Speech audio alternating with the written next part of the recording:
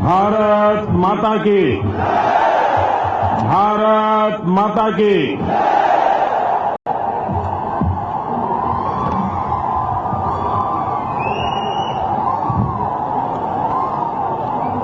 ಕರಾವಳಿ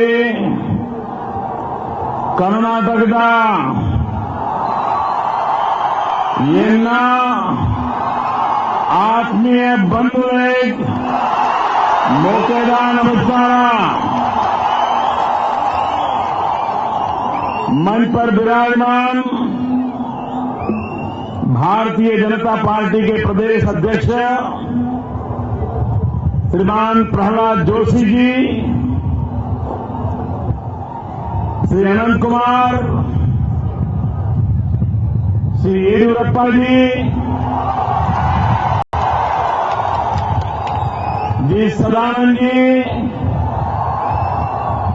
मंच पर विराजमान पार्टी के सभी वरिष्ठ महानुभाव और विशाल संख्या में पधारे हुए प्यारे भाइयों और बहनों,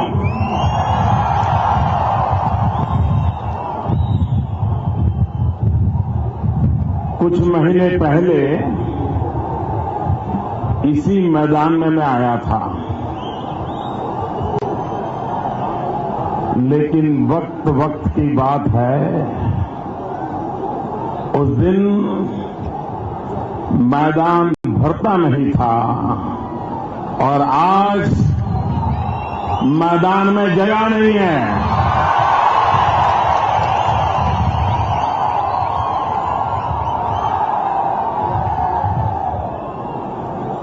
एयरपोर्ट से यहां तक रास्ते के दोनों तरफ मैंने ह्यूमन वॉल देखा है। आज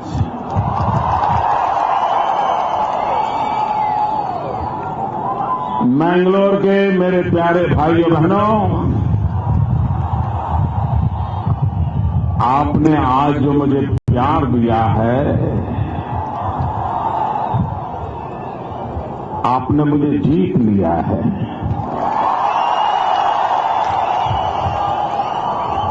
आपने मुझे अपना बना दिया है।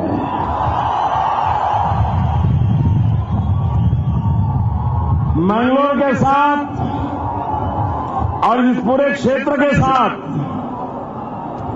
मेरा संबंध जरूर आता था, लेकिन उसका मूल कारण था सुपारी, अड़िके।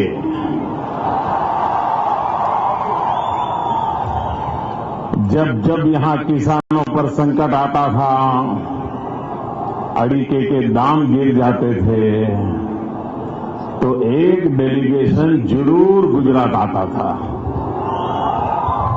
और वो कहते थे, मोदी जी कुछ आप गुजरात में करो ताकि हमारी सुपारी बिक जाए, हमारा किसान बच जाए।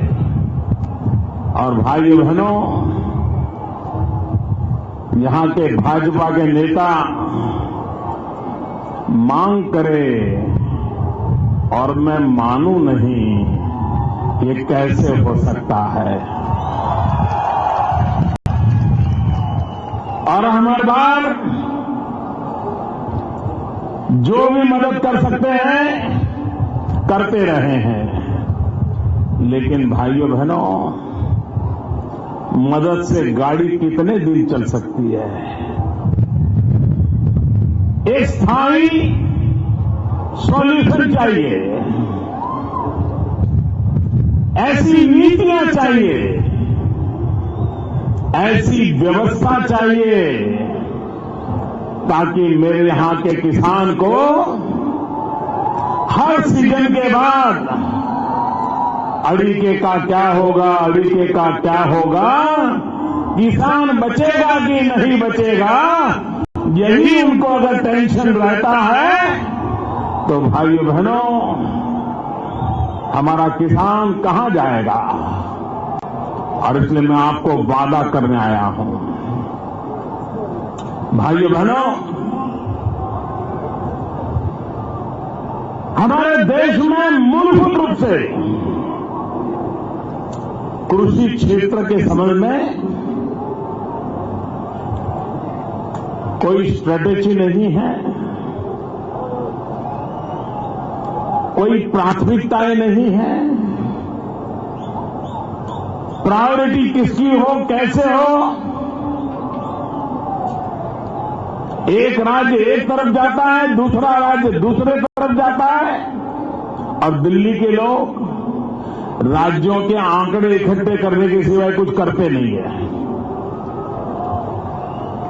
भाइयों बहनों, अगर भारत कृषि प्रधान देश है, अगर भारत गांवों का देश है, अगर भारत के गांवों को समृद्ध बनाएंगे, अगर हमें देश के अर्थतंत्र को गति देनी है, तो गांव के लोगों का परचेजिंग पावर बढ़ना चाहिए। अगर गांव के लोगों का परचेजिंग पावर बढ़ता है, अगर गांव के लोगों की खरीद शक्ति बढ़ती है,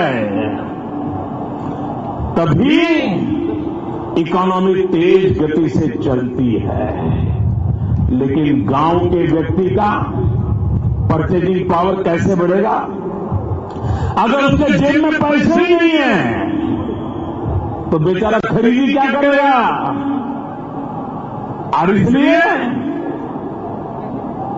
गांव हो, गरीब हो, किसान हो, ग्रामीण कामगार हो, गांव के छोटे छोटे कारीगर हो, उनकी आर्थिक उन्नति पर योजनाबद्ध रूप से बल देने की आवश्यकता होती है।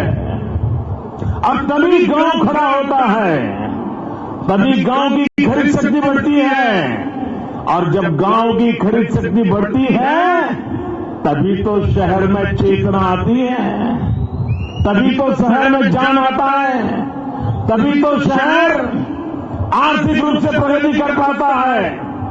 और इसलिए विकास की उन मूलभूत बातों पर ध्यान केंद्रित करने की आवश्यकता है। हमारे यहां का किसान पेपर की खेती करता है, काली मिर्च, कन्नड़ में क्या बोलते हैं?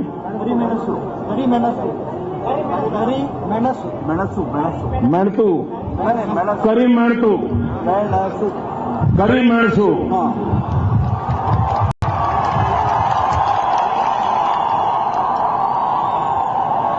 भाइयों बहनों, कभी आपने सोचा था मेरे किसानों ने कि आपके करी मेणसू का क्या उपयोग होगा? कभी सोचा था? आपको तो इतना ही पता था ना, कोई मिर्च मसाले में काम आता है, दवाइयों में काम आता है। ये कांग्रेस वालों की कमाल देखो, इन्होंने इसका उपयोग पार्लियामेंट में कर दिया।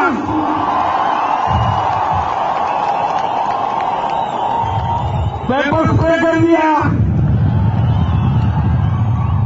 पूरी संसद खांसने लगी। ऐसा लग रहा था जैसे लोग आप पार्टी ज्वाइन कर लिया। पूरी पार्लियामेंट खांस रही थी, आंखों से पानी निकल रहा था। मैंगलोर के इस इलाके के किसानों ने कभी सोचा नहीं होगा कि सुपारी के मुद्दे पर तो पार्लियामेंट को समय नहीं है, लेकिन काली मिर्च उनके काम आ गई, ये तो उनके ध्यान में आया होगा। भाइयों बहनों, एक कांग्रेस पार्टी इतने सालों से लोगों की आंख में धूल झोंकती थी। अब कांग्रेस पार्टी ने पार्लियामेंट से मिर्ची झोंकने का काम आरंभ किया है। वो आंख में अब मिर्ची छिड़कना शुरू किया है। आप रोते रहो, उनके पाप देख न पाओ, उनके भ्रष्टाचार को समझ न पाओ,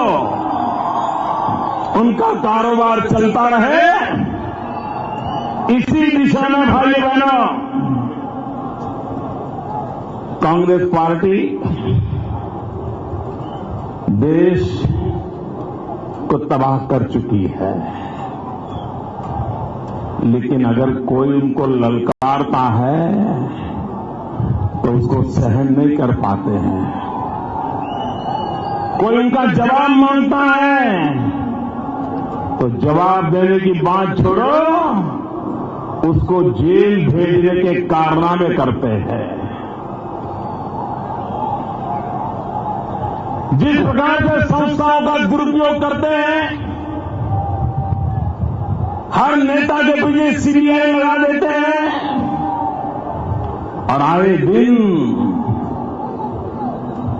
सीबीआई का डर दिखाते रहते हैं। उनको लगता था बाकी नेता जैसे डर जाते हैं, वैसे मोदी भी सीबीआई से कांप जाएगा। लेकिन उन्हें मालूम नहीं था, उन्होंने रॉन्ग नंबर लगा दिया।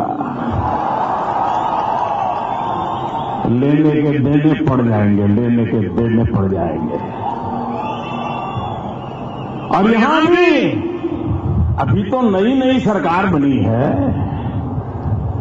और कर्नाटक बीजेपी के कार्यकर्ता अगर जनता की आवाज को बुलंद करें तो उनको भी भिन्न भिन्न धाराओं में फंसाने के कारनामे चल रहे हैं। भांति भांति के एक्ट लगाए जा रहे हैं और उनकी आवाज बंद करने की कोशिश हो रही है। अभी केंद्र के नेता यहां आए थे, लोकतंत्र की बड़ी बड़ी बातें सुना के गए। अब मैं मानता हूं कि आपको भरपूर मनोरंजन मिला होगा 2 दिन।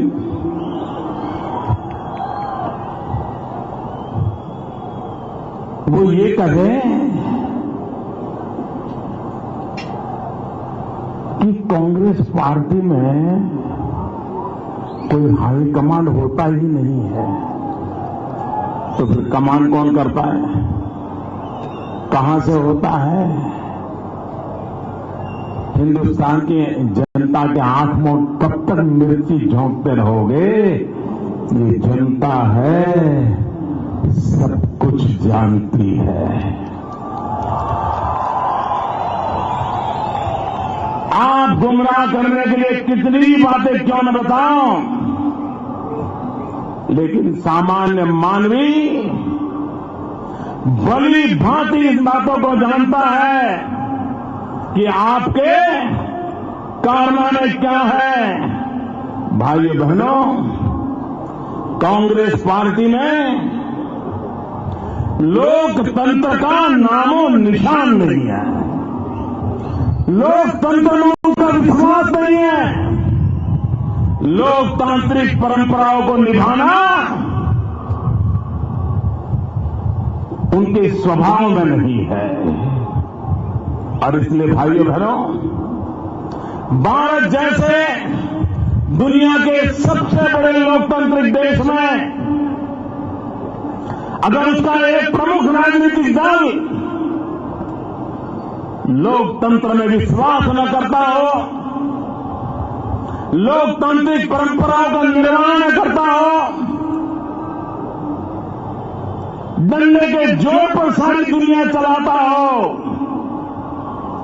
तो भारत जैसे लोकतांत्रिक देश को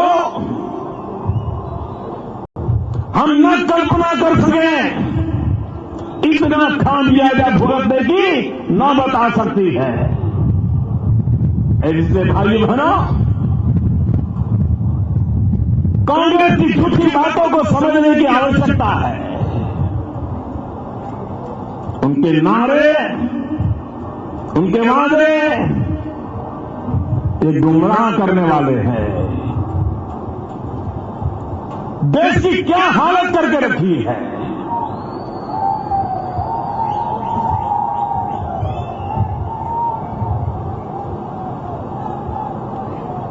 आर्थिक रूप से देश दिवालियेपन में डूब चुका है,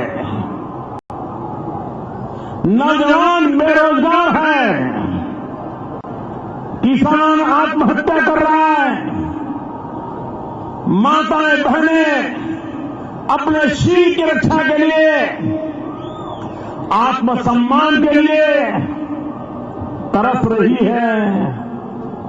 बूढ़े मां बाप दवाई के बिना जिंदगी और मौत के बीच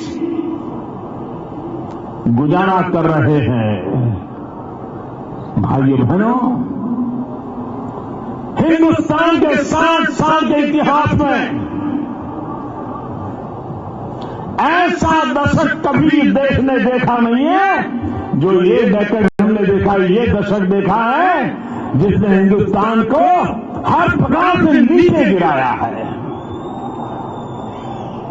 देश की तिजोरी साफ कर दी है, गरीब महंगाई में मर रहा है और पहली बार एक सरकार भ्रष्टाचार में इतनी लिप्त हो, चारों तरफ हर दिन भ्रष्टाचार के गंभीर आरोप लगते हो और सुप्रीम कोर्ट बार बार उनके सर पे डंडे मारती हो, उसके बावजूद भी न इनको देश की परवाह है, न लाज है, न शर्म है, न जनता का भला करने की रत्ती भर की इच्छा है। और इसलिए भाइयों बहनों, आज कांग्रेस पार्टी देश के लिए बोझ बन गई है। इस बोझ से मुक्त होना ही हिंदुस्तान को विकास और प्रगति की गारंटी देता है। और तभी मैं कहने आया हूं, कांग्रेस मुक्त भारत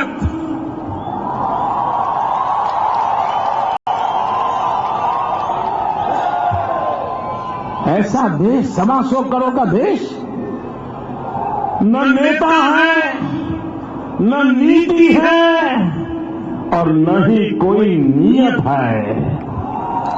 भाइयों बहनों, नेता न हो, नीति न हो, नियत न हो तो ये देश कौन बचाएगा। और इसलिए भाइयों बहनों,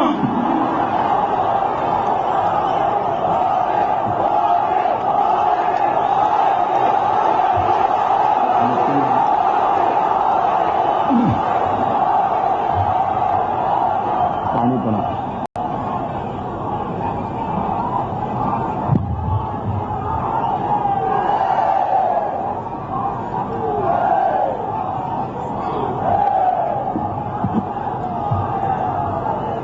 भाइयों बहनों,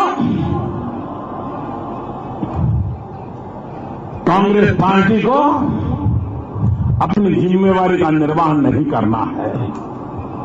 ये हमारा मैंगलोर, कभी कभी मुझे लगता है कि मैंगलोर के लोगों में ऐसी क्या ताकत है कि जिन्होंने देश को इतनी बैंक दी, Canara bank, Karnataka bank, Vijaya bank, corporation bank, syndicate bank. भाइयों बहनों, हमारा और आपका बड़ा कुछ विशेष नाता है। आप बैंक खोलते हो और हम बैंक की तिजोरी भरते हैं, गुजरात वाले।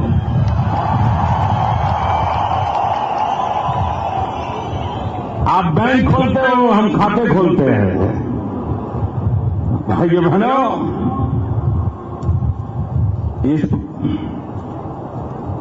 आने वाले दिनों में विकास की रूपरेखा क्या हो,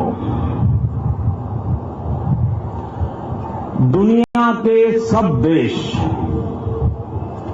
जिनको समुद्री तट मिलता है, वे देश वैश्विक दृष्टि से ताकतवर बनते हैं। विश्व व्यापार की सुविधा बढ़ती है,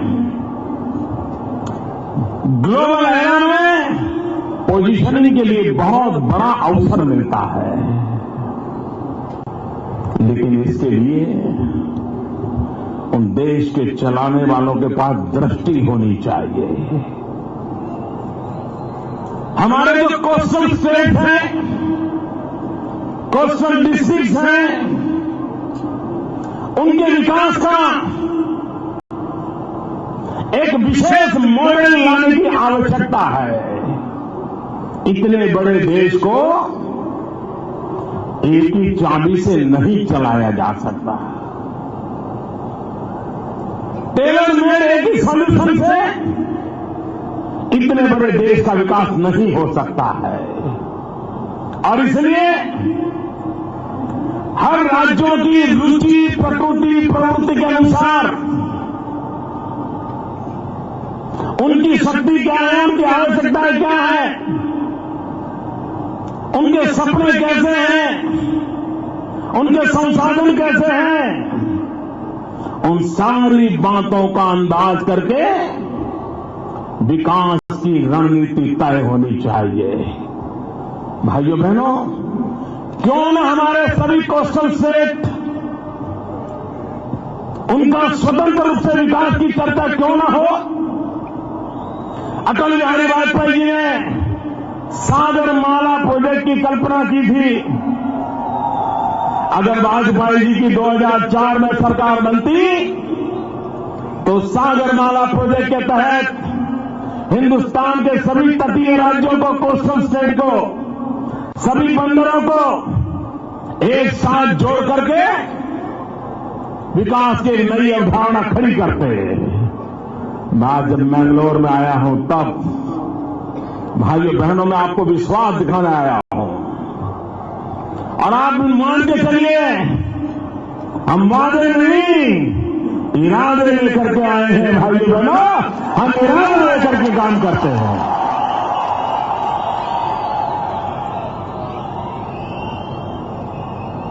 पोर्ट डेवलपमेंट समय की मांग है। पोर्ट लेड डेवलपमेंट के मॉडल को विकसित करना चाहिए। सिर्फ पोर्ट डेवलपमेंट एक बहुत सीमित सोच है।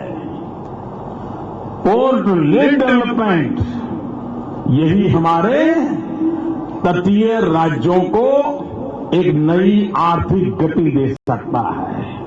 और जब मैं पोर्ट लेड डेवलपमेंट कहता हूं तो मैं उस इंफ्रास्ट्रक्चर के निर्माण को प्राथमिकता देता हूं जहां हमारे तटीय क्षेत्रों को रेल कनेक्टिविटी हो, रोड कनेक्टिविटी हो, एयर कनेक्टिविटी हो, उत्तम से उत्तम इंफ्रास्ट्रक्चर बंदरों के साथ जुड़ा हुआ हो। इतना ही नहीं, कोल्ड स्टोरेज का नेटवर्क हो, वेयर हाउसिंग का नेटवर्क हो, और ह्यूमन रिसोर्स डेवलपमेंट के लिए सामुद्रिक जीवन के साथ जीने वाले लोगों के लिए जिस प्रकार का ह्यूमन रिसोर्स डेवलपमेंट चाहिए वैसी इंस्टीट्यूशंस होनी चाहिए जो समुद्र के साथ फैलता है। बंदरों की मैनेजमेंट का विषय हो, बंदरों के ट्रांसपोर्टेशन का विषय हो, बंदरों पर आने वाले जहाजों को रिपेयरिंग का काम हो, सारा ह्यूमन रिसोर्स डेवलपमेंट उस प्रकार से हो ताकि बंदरीय क्षेत्र के लोगों को रोजगार मिले। भाइयों बहनों, पूरे विश्व में फिश का बहुत बड़ा मार्केट है, वैश्विक मार्केट है। क्यों न हम मोस्ट मॉडर्न टेक्नोलॉजी से भरे हुए आधुनिक से आधुनिक फिश हार्बर क्यों न बनाए। हमारे मछुआरे भाइयों बहनों को अच्छे से अच्छी रोजगारी मिले, अच्छी उनकी आय बढ़े, वे भी आधुनिक रूप से फिशिंग के क्षेत्र में पदार्पण करें। ये व्यवस्थाएं क्यों विकसित नहीं हो सकती है। भाइयों बहनों,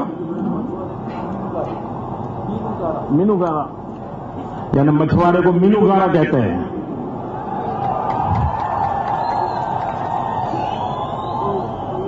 ये जो फिशिंग करने वाले लोग हैं, टेक्नोलॉजी इतनी आगे बढ़ी है कि आज हमारा मछुआरा फिशिंग के लिए जाता है, बेचारा मिट्टी का तेल जलाएगा, डीजल जलाएगा, बोट लेकर के घूमता रहता है, और कहीं पर कैच मिल जाए, कैच को ढूंढता रहता है, कैच मिल जाए फिर लेकर के वापस आता है। आज हम हमारे मछुआरों को सैटेलाइट टेक्नोलॉजी से एग्जैक्ट एड्रेस दे सकते हैं कि इस दिशा में जाओ, यहां पर कैच पड़ा है, तुम्हें ज्यादा इधर उधर होने की जरूरत नहीं है। भाइयों बहनों, ये प्रयोग मैंने गुजरात में किया है, सफलतापूर्वक किया है, और मेरे मछुआरों का समय बर्बाद नहीं होता है। लेकिन भाइयों बहनों, मोगवीरा मेरी आज दोनों काम हो रहे हैं, कन्नड़ भाषा की ट्रेनिंग भी चल रही है।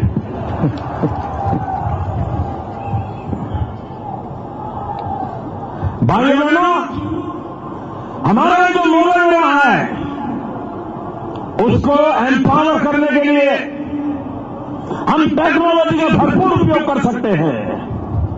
लेकिन भाइयों बहनों, इनके दिमाग में विकास की नई अवधारणाएं नहीं है।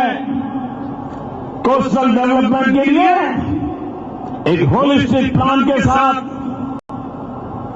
हिंदुस्तान के सभी तटीय राज्यों के लिए स्पेशल अटेंशन देकर के विकास की व्यूहरचना के हम पक्ष में है, और मैं बताता हूं भाइयों बहनों, इससे लाभ होने वाला है। आप देखिए, ये हमारा दक्षिण कर्नाटका एक प्रकार से बहुत तेजी से अर्बनाइज हो रहा है। हमारे देश का दुर्भाग्य रहा कि हमारी सरकारों ने, दिल्ली में बैठी हुई सरकार ने अर्बनाइजेशन को संकट माना, एक प्रॉब्लम माना। समय की मांग है कि हम अर्बनाइजेशन को अपॉर्चुनिटी माने, एक अवसर माने, और अवसर मान करके विकास की योजनाएं करें। क्यों न हम ट्विन सिटी कंसेप्ट को डेवलप करें, क्यों न देश में नए शहरों का निर्माण करें, पोर्ट सिटी हो, मेडी सिटी हो, स्पोर्ट सिटी हो, फाइनेंस सिटी हो, नॉलेज सिटी हो, एक नई इंडिया, 21वीं सदी का हिंदुस्तान कैसा हो, इन सपनों को पार करने की दिशा में हर राज्य को हम प्रेरित करें, नई योजनाओं को लेकर के आए, रोजगार के अवसर पैदा होंगे। भाई बहनों, शहरों के विकास की कल्पनाओं को भी हमें पुरानी बातों से बाहर आना पड़ेगा। पहले शहर का विकास यानी रोड बन गए, पानी का नल लग गया, ड्रेनेज हो गया, एयरपोर्ट आ गया, इसी से बात चलती है। भाइयों बहनों, 21वीं सदी के हमारे इंफ्रास्ट्रक्चर का रूप बदलना होगा। हमें हमारे नागरिकों को सिर्फ रेल नेटवर्क के जरिए चलने वाला नहीं है, रोड नेटवर्क के जरिए चलने वाला नहीं है, सिर्फ एयरपोर्ट के जरिए उससे चलने वाला नहीं है। उसकी क्वालिटी ऑफ लाइफ में चेंज चाहिए, और अगर क्वालिटी ऑफ लाइफ में चेंज होना है तो ऑप्टिकल फाइबर नेटवर्क पर बल देना पड़ेगा, वाटर ग्रिड पर बल देना पड़ेगा, गैस ग्रिड पर सोचना पड़ेगा। हमने विकास के लिए एक आधुनिक इंफ्रास्ट्रक्चर के मॉडल को लेकर के हमारे शहर की सुविधाओं को, वहां की क्वालिटी ऑफ लाइफ में चेंज कैसे आए, उस पर बल देकर के आगे बढ़ना होगा। मैं हैरान हूं, कर्नाटक के पास बिजली में करीब 20-22% की कमी है। बिजली रेगुलर मिलती है आपको? 24 आवर बिजली मिलती है। अब आपका अंधेरा जो दूर नहीं कर सके, वो आपकी जिंदगी में उजाला कहां से लाएंगे?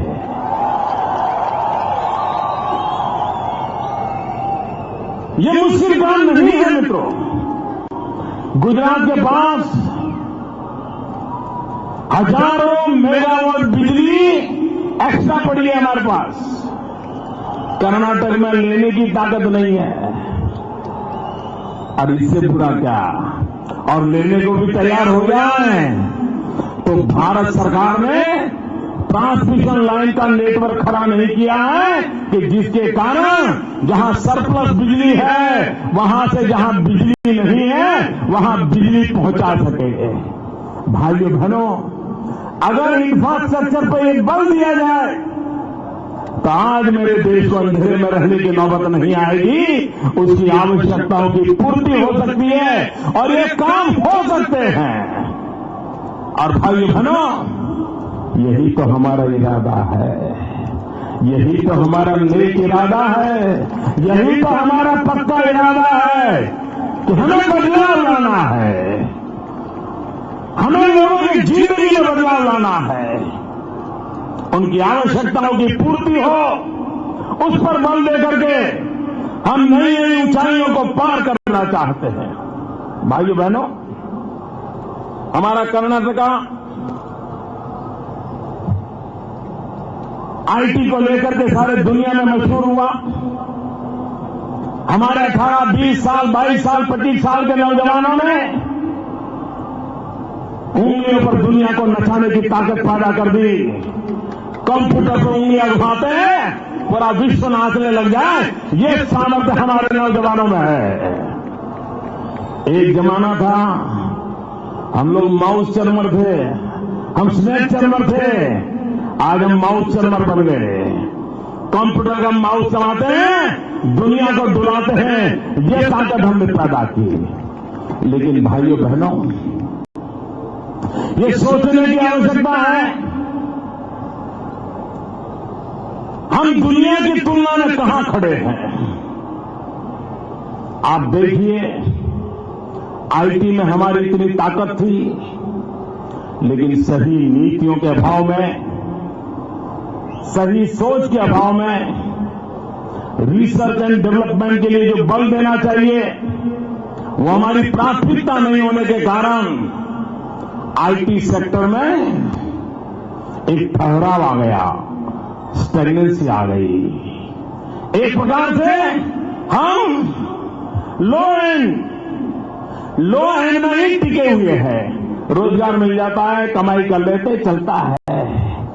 हिंदुस्तान की आवश्यकता है। और जब मैं कर्नाटक की धरती पर आया हूं, मैं कर्नाटक के नौजवानों को आह्वान करता हूं, ये लो एंड आईटी लंबे अरसे तक दुनिया में हमारी जगह नहीं बनाएगी। हमारे लिए समय की मांग है कि हम हाई एंड की ओर आगे बढ़े। कभी सोचो, ये सॉफ्टवेयर, ये सारी दुनिया की चीजें, कोई गूगल की बात करे, गूगल हमारे देश में क्यों ना हो, माइक्रोसॉफ्ट हमारे देश में क्यों ना हो, क्यों हमारे नौजवान हाई एंड टेक्नोलॉजी की दिशा में क्यों न बढ़े। और इसलिए भाइयों बहनों, research and development, incubation centres, innovation, research, हमारे नौजवानों को अवसर देने की आवश्यकता है। और अगर हम अवसर देंगे, अगर हम ये आईटी सर्विसिंग में रह गए, कॉल सेंटर चलाते रह गए, हम आउटसोर्स किए हुए जॉब पर करते रह गए, तो समय आएगा हम इस पूरे क्षेत्र से बाहर हो जाएंगे। इस गंभीरता को समझना चाहिए और इंफॉर्मेशन टेक्नोलॉजी के कारोबार से हाई एंड की तरफ आगे बढ़ने की दिशा में हम सपना देखते हैं। और मैं नौजवानों को विश्वास देता हूं, मैं वो बदली हुई सोच वाला इंसान हूं। मैं आपके भाग्य को बदलने के लिए टेक्नोलॉजी का भी भरपूर उपयोग क्या हो, उस दिशा में सोचना चाहता हूं। हमारी ये 21वीं सदी की बात जब करें, टेक्नोलॉजी के बिना जीवन नहीं है भाइयों। आईटी, बीटी, ईटी, नैनो ऐसे क्षेत्र हैं जो जीवन पर छा जाने वाले हैं। Information technology, biotechnology, environment technology, nano technology, genetic science, ये सारी बातें जीवन पूरा बदल देने वाली है। समय रहते हुए हम इसमें अपनी जगह बनाए, हमारे यूथ जो टैलेंट है उसकी दिशा में हम काम करें। भाइयों बहनों, कुल मिलाकर के हमारी मीडियोकर सोच के कारण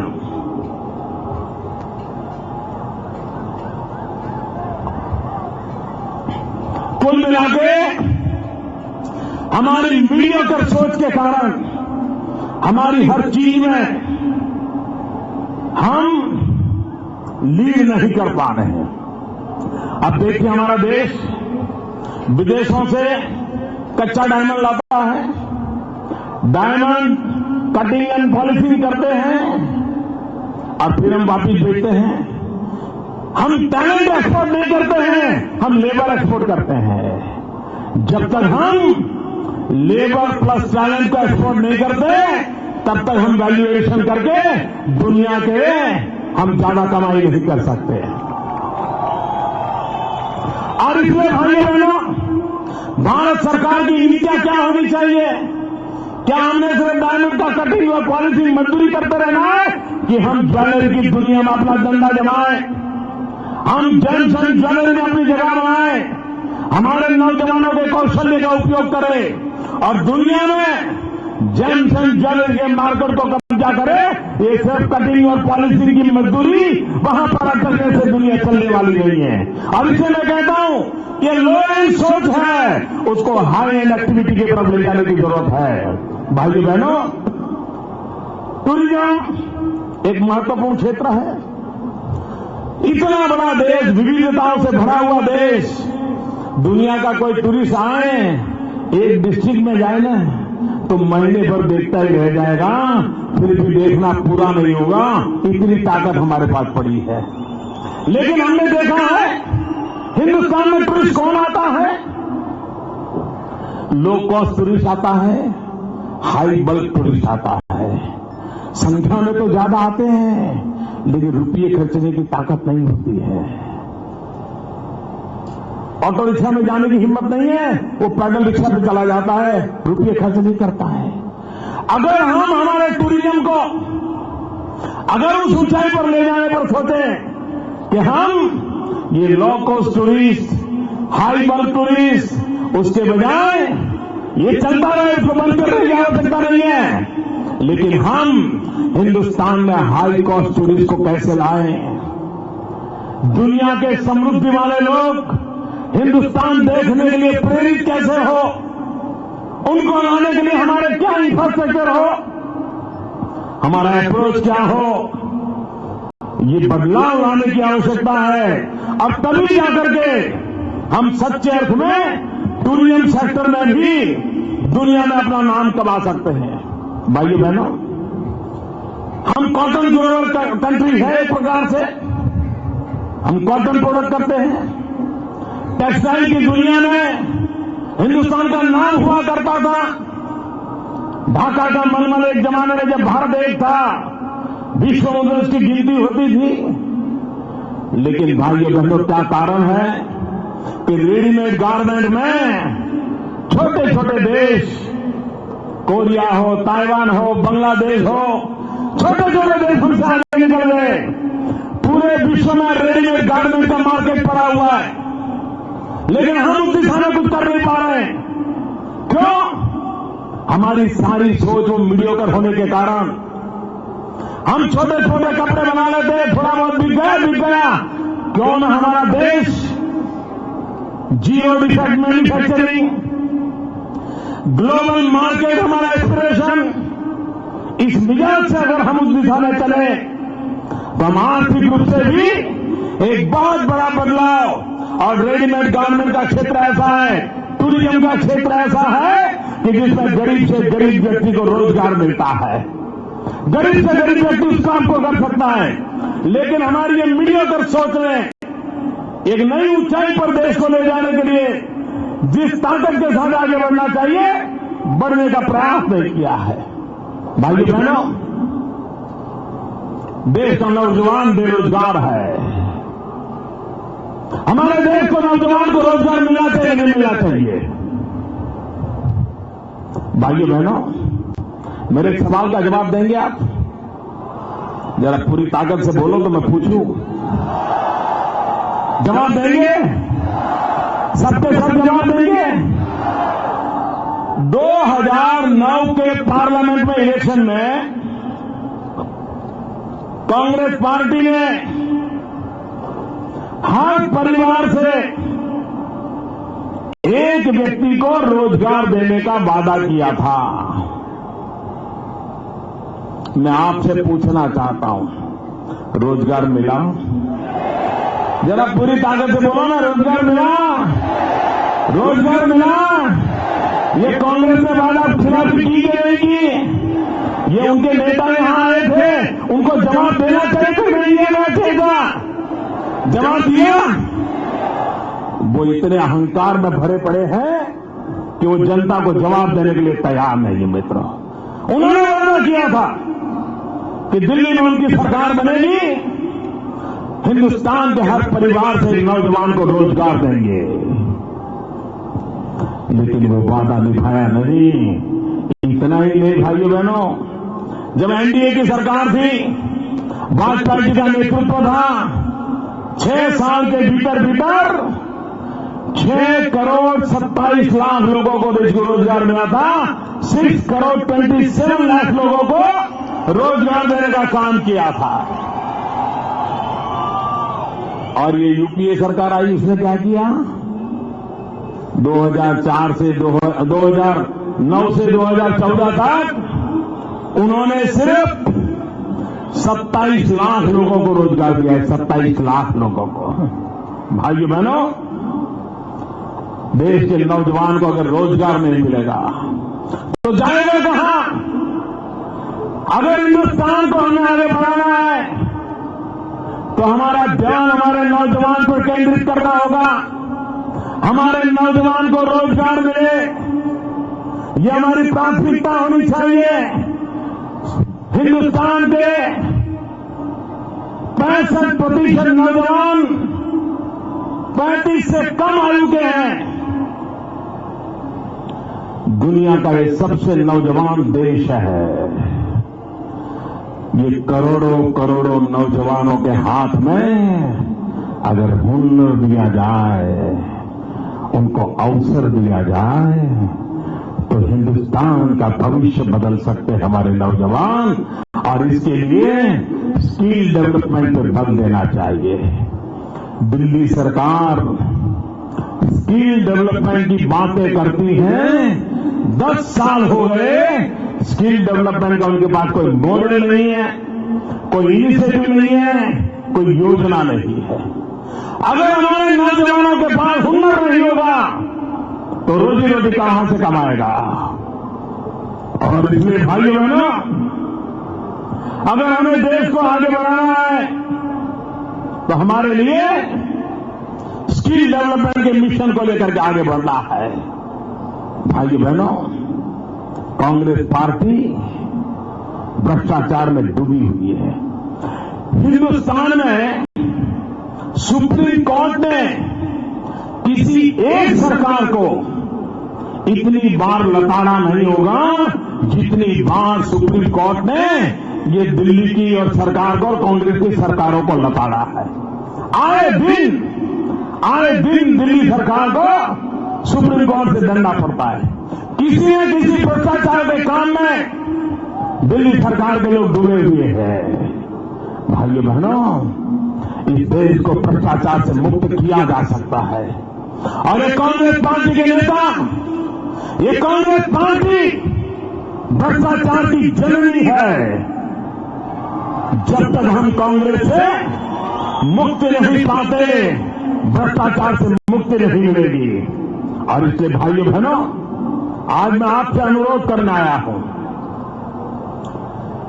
भारत के विकास के लिए मैं आपसे वोट मांगने के लिए आया हूं। और इसलिए भाइयों बहनों, मेरे साथ कुछ नारे बोलेंगे आप, पूरी ताकत से बोलेंगे। देखिए, 2014 का चुनाव ये सिर्फ किसी को सत्ता पे बिठाने का चुनाव नहीं है। 2014 का चुनाव एक नई आशा लेकर के आया है, एक नया भरोसा लेकर के आया है, एक नया उमंग लेकर के आया है। और इसलिए भाइयों बहनों, 2014 के बाद हिंदुस्तान एक नई ऊंचाइयों पर जाने का प्रारंभ कर देगा। इस विश्वास के साथ इस चुनाव के मैदान में हमें उतरना है। और मुझे भी भाइयों बहनों, व्यक्ति से बड़ा दल होता है, दल से बड़ा देश होता है। और इसलिए हमें इस चुनाव देश के लिए लड़ना है। ये चुनाव में देश के लिए वोट करना है, न किसी व्यक्ति के लिए करना है, न किसी दल के लिए करना है। इस बार का चुनाव देश के लिए वोट करना है भाइयों। और इसलिए मैं नारा बुलाता हूं, आप मुझे जवाब में बोलेंगे वोट फॉर इंडिया। दोनों मुट्ठी बंद करके आप लोग पूरी ताकत से बोलेंगे वोट फॉर इंडिया। वंशवाद से मुक्ति के लिए, वंशवाद से मुक्ति के लिए, भाई भतीजेवाद की मुक्ति के लिए, भ्रष्टाचार से मुक्ति के लिए, भ्रष्टाचार से मुक्ति के लिए, महंगाई से मुक्ति के लिए, कुशासन से मुक्ति के लिए, देश की रक्षा के लिए, जन जन की सुरक्षा के लिए, रहने के लिए घर के लिए, खाने के लिए अन्न के लिए, बीमार को दवाई के लिए, दरिद्र नारायण की भलाई के लिए, शिक्षा में सुधार के लिए, युवाओं को रोजगार के लिए, नारी के सम्मान के लिए, किसानों के कल्याण के लिए, स्वावलंबी भारत के लिए, शक्तिशाली भारत के लिए, समृद्धिशाली भारत के लिए, प्रगतिशाली भारत के लिए, एकता अखंडता के लिए, एक भारत श्रेष्ठ भारत के लिए, सुशासन को पाने के लिए, देश के विकास के लिए, भाइयों बहनों, देश के विकास के लिए वोट देना है। वोट बैंक की राजनीति से ऊपर उठ के विकास की राजनीति के रास्ते पर चलना है। और इसलिए भाइयों बहनों, मुझे आपका समर्थन चाहिए, मुझे आपका आशीर्वाद चाहिए। और मैंने पहले ही कहा, आज आपने इतना प्यार दिया है, आपने मुझे जीत लिया है। भारत माता की, भारत माता की, वंदे वंदे वंदे।